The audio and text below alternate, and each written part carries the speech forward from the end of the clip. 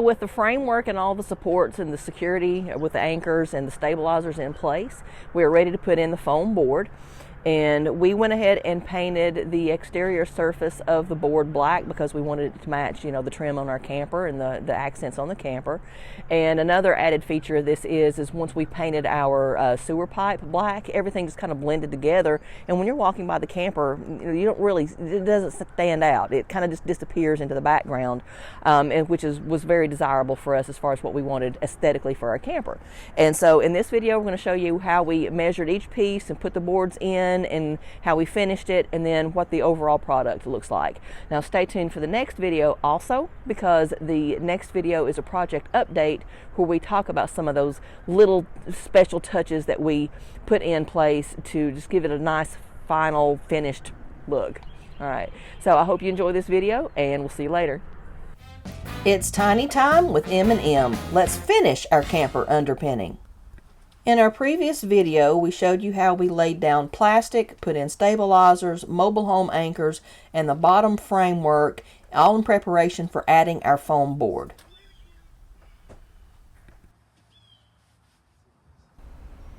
So here we are working on the underpinning again. As you can see the bottom boards there that are inset 2 inches to work with a 2-inch thick foam insulation board that we're going to use. What I'm doing is very painstakingly taking measurements, because I want the boards to fit really well together. And it's important that you do a good job here if you want it to look good and be exceptionally functional. You know, one thing you can count on is that the price of energy will go up. So whatever you're heating and cooling with, you know, electricity or, you know, propane or whatever, that price is always going to go up. And you know, the better job you do at insulating your camper, the cheaper you'll be able to live as you go forward. After taking careful measurements, mark your foam board in order to be able to cut out each individual piece to fit.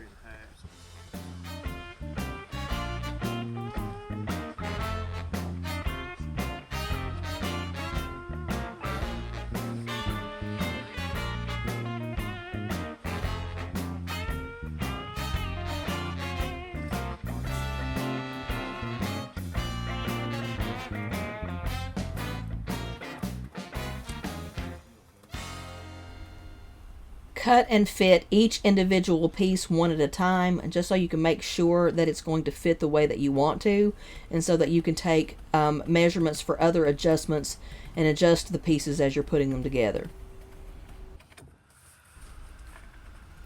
So here we have a board cut out, and I'm positioning it on the camper. As you can see, it goes inside of the trim pieces on the top side, and then along the boards along the bottom. Again, I've worked pretty hard at this. I say hard, but make sure that they fit well. Like I said, it's important because we want to make sure they have as few open spaces as possible. Make the seams between the boards as small as we can.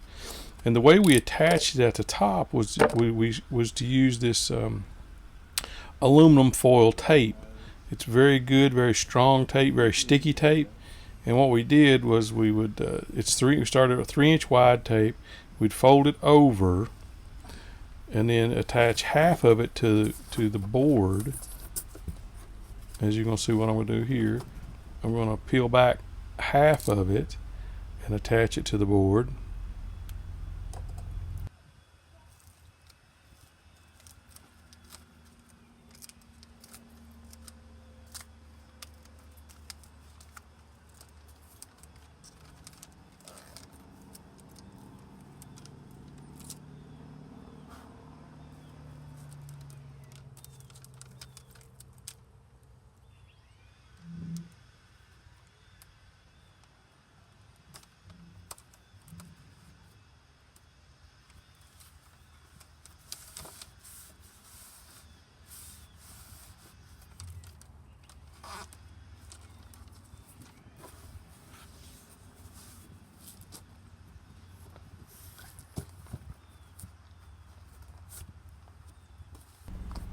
So once you have the board in position where you want on top and bottom, then we peel back the rest of the backer on the tape and tape it to the underside of the camper. And our camper is made for this, or not say made for this, it has the ability for this to happen this way. Yours may or may not have that ability to be able to tape it like that.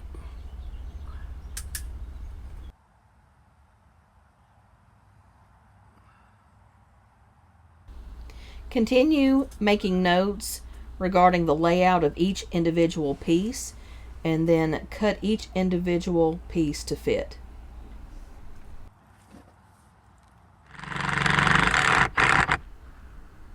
So as you are installing the boards, the way we selected to attach them at the bottom to the treated bottom boards is to use 3-inch deck screws. You got to be careful with how you're putting this up, because the foam board is really soft. But so the deck screws are just there to hold it in position. They're not there to clamp it down, like you would a piece of wood. Here I'm doing some trim work just to make sure that the boards fit really, really well. Again, the more effort you put into this, the better results you'll have. So we're positioning this board, and as you can see, it goes fairly tight up against the bottom side of the slide out there.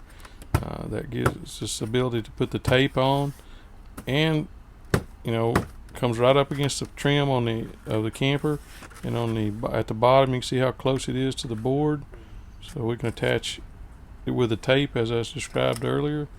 This is a really cool method that I think we come up with, and it seems to work very well. We're actually in March now.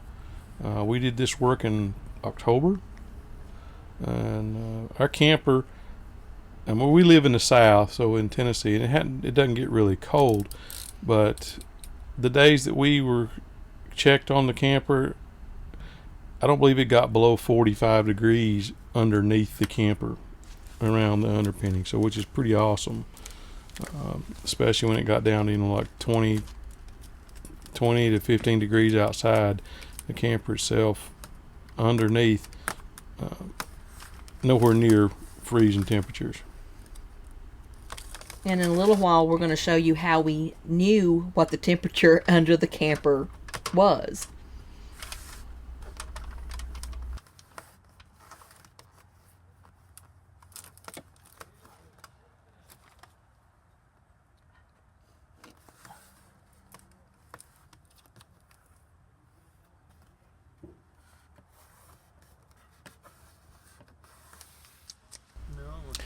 So not only did we attach the the board with the tape on the underside of the camper, we also taped the seams between the boards at every seam. As you can see there, the vertical section is taped between the seams of the boards.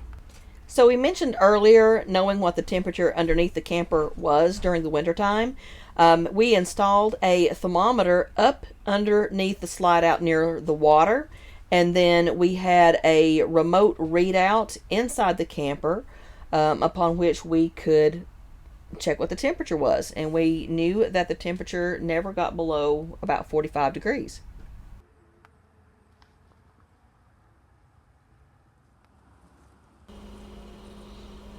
What I'm doing here is just drilling a little hole through the insulation board. Our camper has an outdoor kitchen in this area, and we just needed to run the propane hose out through the board so it would have it accessible to the stove.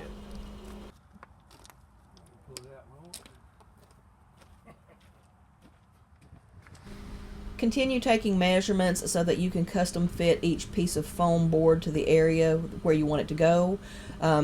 Attaching it to your camper as you go, and taping the seams on both the inside and the outside between the foam boards. Now, in just a moment, we're going to show you how we made those seams disappear, but as you can see in this particular segment of the video right now, when the boards are abutted up against each other and they fit really well, the seam lines just pretty much disappear.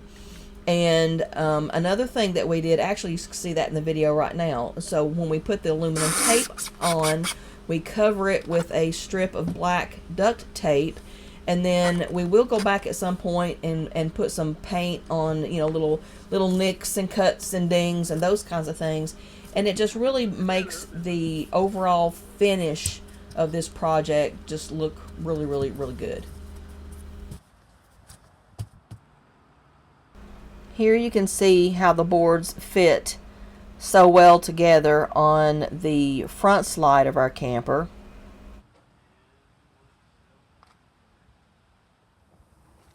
Cover the outside seams with the aluminum tape.